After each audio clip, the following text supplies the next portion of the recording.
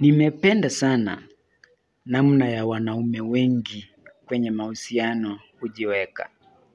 Kumetokea kisa fulani ambacho ni cha ukweli. Kuna mwanaume fulani ambaye alikuwa na mwanamke wake, alikuwa wameoana. Ila sasa mwanamke wake alikuwa na mchepuko, alikuwa na mwanaume nje ya ndoa.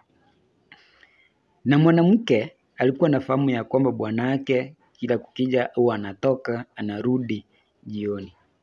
Katokea siku moja, mwanaume mwenye nyumba akaamua kuja mapema. Alichokikuta hakuamini.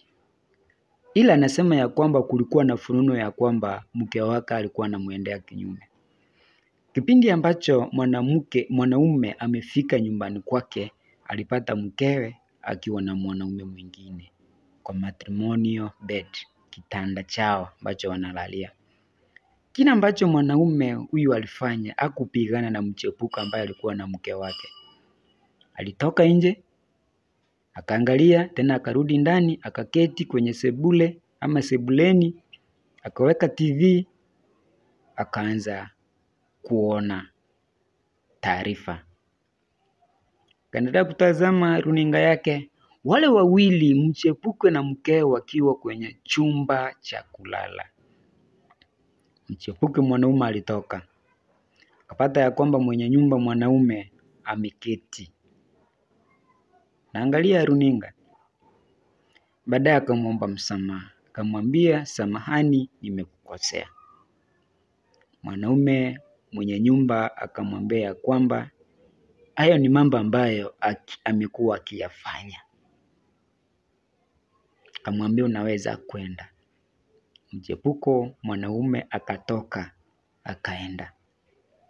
Yule mwanaume mwenye nyumba yeye akabaki sebuleni na mwanamke wake ambaye alikuwa analiwa uroda na mchepuko ambaye ameambiwa aondoke, alibaki tu akiwa chumba cha kulala, akaketi chini sakafuni. Kafika ya muda wa kulala, jamaa akatoka sebuleni, akaingia chumbani kwenye kile kitanda ambacho mwanamke wake alimsaliti nacho, akajifunika akalala. Kipindi hicho mwanamke wake alikuwa amekaa sakafuni akilia. Mwanaume hakufanya chochote, yeye akajifunika vizuri akalala. Kwa bahati mbaya kesho yake kuamka akapata ya kwamba mwanamke ameaga dunia. Kumbe alijiua.